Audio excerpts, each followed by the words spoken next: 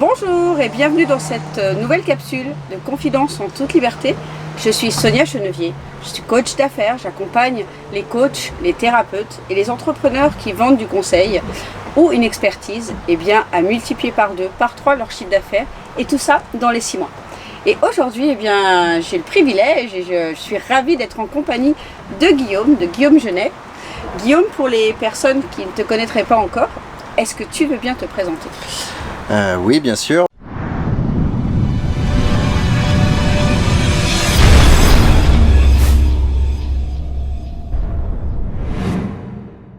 Bonjour, je m'appelle Guillaume Genet, je suis gérant de l'entreprise WearDrone, entreprise d'imagerie aérienne par drone, avec une spécialité de la thermographie aérienne.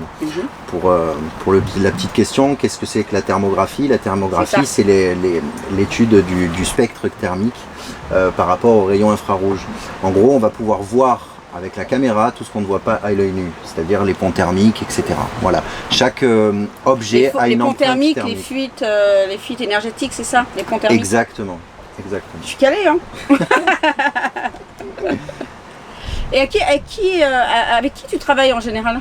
Alors mes principaux clients, c'est les bureaux d'études. C'est eux qui demandent à avoir l'expertise de la caméra thermique pour faire leur bilan par rapport aux clients. Ça leur amène vraiment beaucoup plus de données. Après, pour un champ plus large, tous les professionnels du bâtiment ou de l'immobilier peuvent être intéressés par mes services, puisque que ce soit dans le cadre d'une inspection thermique par rapport à une rénovation énergétique future ou une rénovation énergétique qui a été faite, c'est deux choses qui sont possibles. La caméra thermique, on voit vraiment tout ce qu'on ne voit pas à l'œil nu. Donc toutes les petites fuites énergétiques, des fenêtres, tu m'as parlé des... c'est rien, c'est le bateau qui fait bip bip, tout va bien. Tu m'as parlé aussi des toits, je crois. Exactement. Il peut y avoir des fuites énergétiques par le toit. Pratique de l'inspection, le fait d'intervenir en drone, en fait, ça enlève le facteur humain et le facteur risque par rapport à l'humain. Ça rajoute un facteur rapidité de l'intervention et tout le monde est gagnant au final. Voilà. Oui, tu me disais que notamment quand on a des immeubles de 15 étages, etc., que pour venir faire des études comme ça d'hommes, ce ne serait pas possible. Ce qu'il faut savoir, c'est que quand on fait une thermographie, ce qui est très important, c'est d'être perpendiculaire à la surface que l'on va thermographier. Ça va retirer absolument tous les artefacts qui peuvent venir brouiller l'image ou brouiller justement cette empreinte thermique. Le fait de faire intervenir avec un drone, alors bien sûr c'est fortement conseillé d'intervenir avec un drone qui va être équipé d'une caméra qui sera placée sur une nacelle à 3 axes qui va permettre vraiment d'orienter la caméra dans tous les sens, indépendamment du drone. Est-ce que tu as une anecdote ou un moment précis qui a déclenché cette passion pour ce métier-là ? Alors, le fait d'être venu dans le drone, ça vient d'une reconversion professionnelle. Je travaillais dans la restauration, je faisais beaucoup d'heures, j'ai eu un accident de travail et par rapport à ça, j'ai réfléchi, comment est-ce que je pourrais faire une reconversion professionnelle. Le monde du drone m'intéressait depuis très longtemps. Je suis un ancien gamer, donc passionné de jeux vidéo. Ça, donc le fait d'avoir une manette dans les mains, pour moi, c'était inné. Du coup, ça a amené aussi à ça. Après, ce qu'il faut savoir, c'est que dans le drone, on a énormément de possibilités, on a un éventail de métiers qu'on peut faire, etc. Et pourquoi la recherche thermique le côté thermographie m'a intéressé, puisque je pense que c'est important de faire aussi un petit peu attention à la planète et à ce qu'on va laisser à nos enfants. La rénovation énergétique par rapport à le passage d'une caméra thermique, d'une inspection thermique, etc. est très très important et peut amener énormément. Si tout le monde essaye de faire ce petit geste, au final on y sera gagnant sur la longueur. Oui, pour préserver des beaux endroits comme celui-là. Voilà. On a aujourd'hui la chance de tourner sur un magnifique bateau aux approches du Lavandou, du port de Lavandou.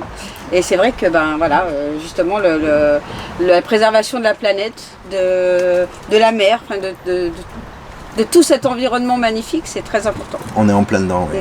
Et c'est vrai que quand on voit ce qui nous entoure, c'est vrai qu'il faut qu'on protège tout ça. Donc c'est très important de maîtriser absolument toutes les pertes. En fait, c'est pas... Je veux dire, qu'on consomme, nous, c'est important, mais après, je veux dire, c'est les pertes. Les pertes, c'est vraiment quelque chose que l'on peut maîtriser. Et si on arrive à réduire ces pertes, Dans ce cas-là, on optimise notre consommation et c'est comme ça qu'on va chacun faire des efforts sur la planète. Arrêtons de gaspiller. Arrêtons de gaspiller, ça c'est clair, je suis complètement d'accord. Est-ce que tu peux me dire qu'est-ce que tes clients viennent trouver, enfin trouvent chez toi, qu'ils ne trouvent peut-être pas chez les autres, sûrement pas d'ailleurs chez les autres? Alors, il y a 2 choses. La première, je vais dire, c'est le côté approche, etc. Je suis quelqu'un de jeune, très ouvert et je m'adapte énormément par rapport à la demande du client. C'est-à-dire que voilà, j'ai un petit bagou que je vais avoir avec le client qui me plaît beaucoup. Et j'ai ce franc-parler qui plaît aussi. Voilà.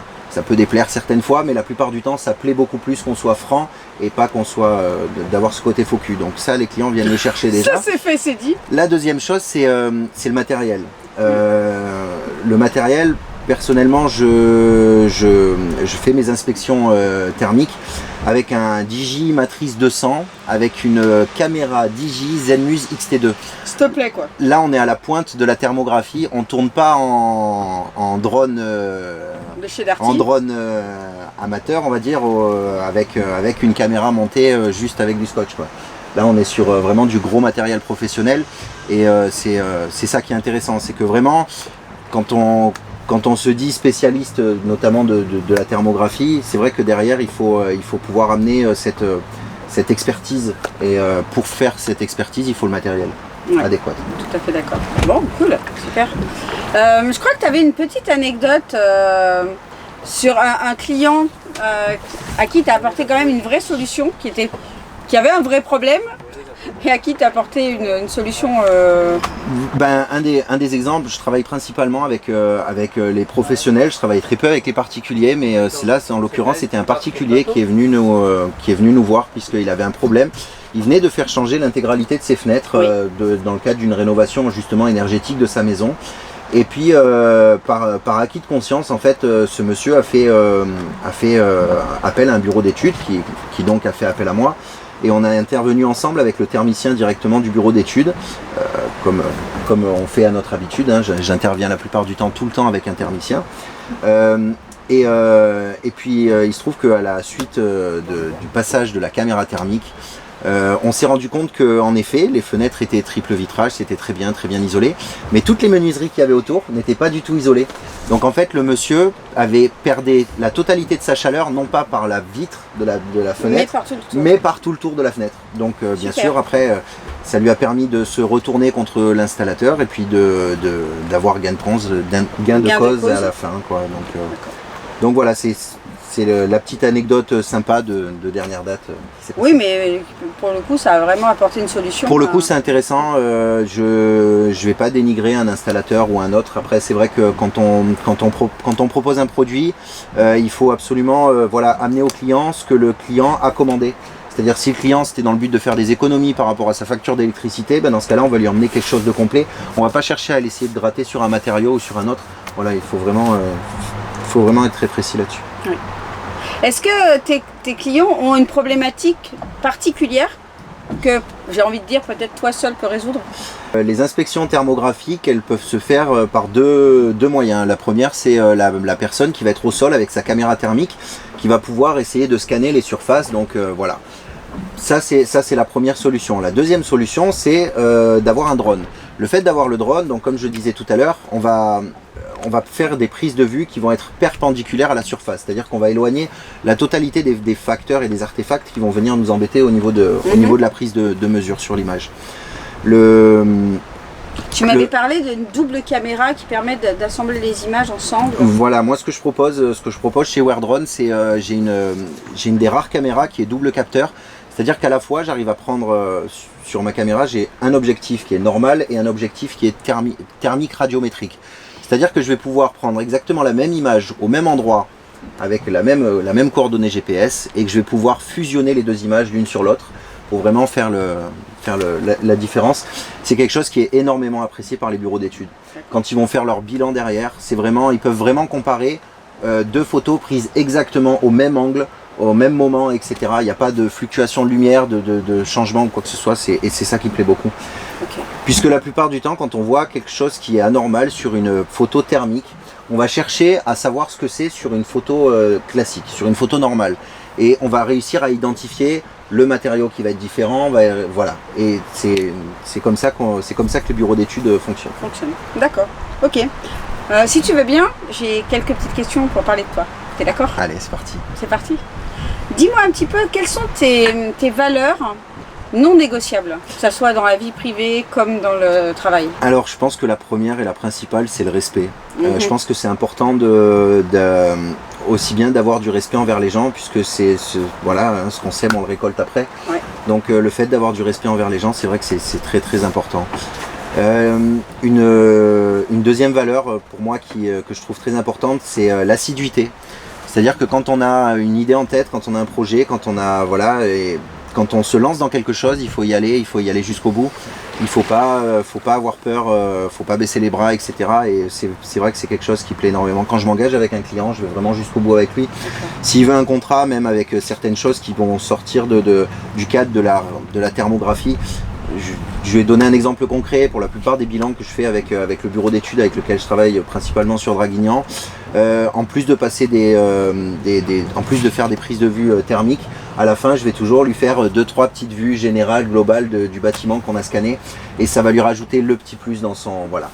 C'est toujours ces petits gestes qui font que voilà, quand tu es vraiment assidu, tu vas essayer de pousser au maximum le service que tu vas pouvoir apporter au client. Ah, cool, d'accord. Voilà.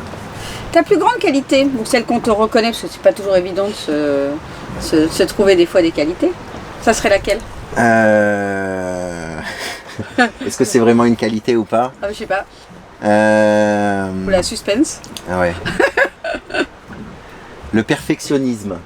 Ah oui, est-ce que c'est une qualité? Le perfectionnisme, oui, c'est une qualité à partir du moment où ça va avec l'assiduité. C'est-à-dire que quand on a une idée en tête, quand on a quelque chose de prévu, il faut vraiment y aller jusqu'au bout.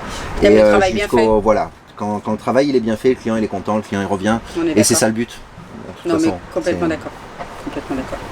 Bon, c'est une belle qualité, mais je suis sûre que tu as un petit défaut. Au moins un petit défaut amélioré. Une petite faiblesse comme ça, où ça serait bien de mettre un petit... Il faudrait que je commence à mettre les prix corrects et puis ne pas arrêter de sous-estimer mon travail. Ah, d'accord. Bon, c'est bon à savoir. Donc c'est pas encore fait. C'est encore à travailler. J'y travaille. D'accord. Tu veux une coach? Ça c'est fait. Qu'est-ce que dans la vie, qu'est-ce qui ne te fait pas rire du tout? Est-ce qu'il y a un sujet en particulier? Ça va pas être marrant du tout, mais c'est la mort, tout simplement. Ah ouais, non. Voilà, question suivante. Oui, c'est ça, next. On a plombé le truc. Est-ce que tu as une phrase ou une citation fétiche qui te représente et que tu aimes par-dessus tout? Une grande personne a dit un jour, ils ne savaient pas que c'était impossible, alors ils l'ont fait. Ah, j'adore. Voilà. J'adore. Et ça résume un petit peu tout, quoi. C'est à partir du moment où on se fixe pas de limite, on peut tout faire et voilà. Je suis complètement d'accord. Moi, une de mes citations que je mets un petit peu de partout, c'est que tout est possible à celui qui ose, qui rêve, qui croit, qui ose, qui travaille et qui n'abandonne jamais. C'est ça, ça va bien. Voilà. Je vais peut-être te l'appliquer. Tout est possible, pas de problème. La mienne est plus courte à retenir. Oui, c'est vrai.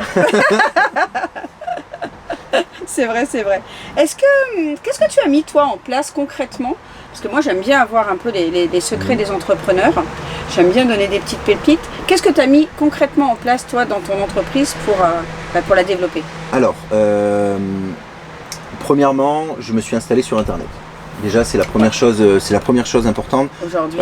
Voilà, on peut plus éviter Internet, c'est très très important. Donc voilà, s'installer sur les réseaux sociaux qui concernent l'activité, donc que ce soit du Facebook, du Twitter, du Instagram ou du LinkedIn par exemple, ou alors d'autres réseaux sociaux, notamment quand on est dans l'image ou dans la vidéo comme YouTube par exemple.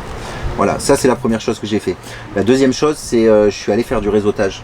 Oui. J'ai rejoint le CLED par exemple, voilà, qui est une association dans la Dracénie qui propose de mettre en contact les différents entrepreneurs pour qu'ils puissent... C'est comme ça qu'on s'est connus. Voilà, c'est comme ça qu'on s'est connus. Tu vas tout leur dire. Bah ouais. Moi j'aime pas garder des secrets. Donc voilà, le CLED, j'ai trouvé ça très intéressant parce que voilà, les gens sont... Enfin, le CLED a été mon exemple à moi, mais après le réseautage est très intéressant puisque justement ça va amener à la communication avec d'autres professionnels. Quand on se lance dans une activité, on est tellement la tête dans le guidon qu'en fait souvent on voit pas ce qui se passe autour, etc. Le fait de faire du réseautage, etc., ça nous emmène à sortir, ça nous emmène à avoir différentes perspectives, différents avis de personnes, etc. Et des contrats. Voilà, donc c'est ce qu'on cherche à la base. Et puis des trucs super sympas parce que on va faire un peu de la publicité pour le CLED aujourd'hui parce que on kiffe notre président et que si on est sur ce bateau aujourd'hui, merci Philippe. C'est ça, c'est grâce à Philippe. Donc on peut lui faire un petit clin d'œil, je pense que ça lui fera plaisir. Salut Philippe. Salut. Merci à toi.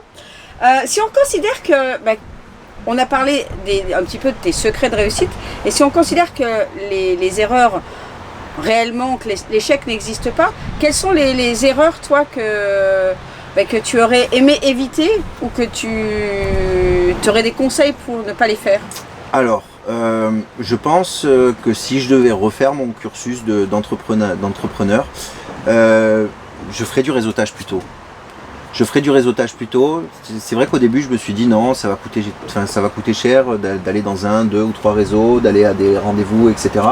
Puis ça prend du temps aussi. Et ça prend du temps, mais alors qu'en fait c'est vraiment super utile et c'est ça qui nous permet justement de nous développer. Je pense que voilà, ça c'est une des premières choses que j'aurais fait. Et la deuxième chose, c'est à venir, hein, c'est l'amélioration de tout mon côté réseaux sociaux. C'est clair. Hein, puisque voilà, on en a discuté ensemble, il faut que je travaille plus sur Facebook, etc. Facebook, LinkedIn. Voilà, moi je vais être très amené à travailler beaucoup sur YouTube aussi. Donc, bien sûr. Voilà. Tout à fait.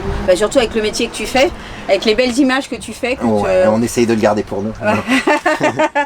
C'est clair que YouTube, ça reste une plateforme incontournable. Non, puis le côté intéressant d'une plateforme comme YouTube, c'est que ça fait prendre connaissance aux gens. La thermographie aérienne, c'est quelque chose qui n'est pas forcément connu. La méthode dans laquelle c'est fait, etc., c'est pas tellement connu. Quand nous, on va essayer de se renseigner, même en tant que professionnel, comment se passe une thermographie, etc., je trouve que c'est pas forcément super bien expliqué, détaillé. Donc voilà, le fait d'aller expliquer tout ça sur YouTube, c'est un plus. Tout à fait.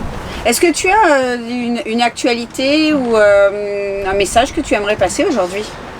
Le message que j'aimerais passer, c'est que la thermographie aérienne, c'est au cœur de la rénovation énergétique, qui est en plein cœur des débats d'actualité d'aujourd'hui. Le fait de faire rénover énergétiquement votre bien, ça va faire du bien non seulement à votre portefeuille sur votre facture d'électricité, ça c'est clair, mais ça va aussi faire du bien à la planète et c'est ça qui est important. Je le redis encore une fois, il faut arrêter le gaspillage et le fait de maîtriser absolument toutes ces fuites, etc. C'est vraiment très très important. Ouais, voilà. Prenons soin de notre planète. Voilà, prenons soin de notre planète, on va partir là-dessus. Ouais, c'est bien, c'est un beau message. Où est-ce qu'on peut te retrouver online et offline? Alors sur internet www.wairdrone.com, Wairdrone, W-A-I-R-D-R-O-N-E. Je mettrai les liens dessous parce qu'il va super vite quand même. Hein. Ouais. C'est Speedy Gonzalez. Sinon, je suis aussi sur Facebook, je suis sur YouTube et j'arrive bientôt sur LinkedIn. Oh yeah. Ça c'était l'exclu. Voilà un petit spoil. Bon, en tout cas, je mettrai toutes les coordonnées de Guillaume sous la vidéo. Et ben voilà, je te remercie beaucoup pour ce bon moment passé ensemble. Ça a été un plaisir, on est dans un cadre magnifique. Ouais, et c'est clair. Voilà, c'est vrai que c'est... Merci à Alain et Anne qui nous accueillent sur leur beau bateau. Voilà. Et puis nous on se retrouve dans une prochaine capsule de confidence en toute liberté. On vous souhaite une excellente journée, un bon business et puis on vous embrasse. Hein. Ouais, on est comme ça nous. Ciao ciao.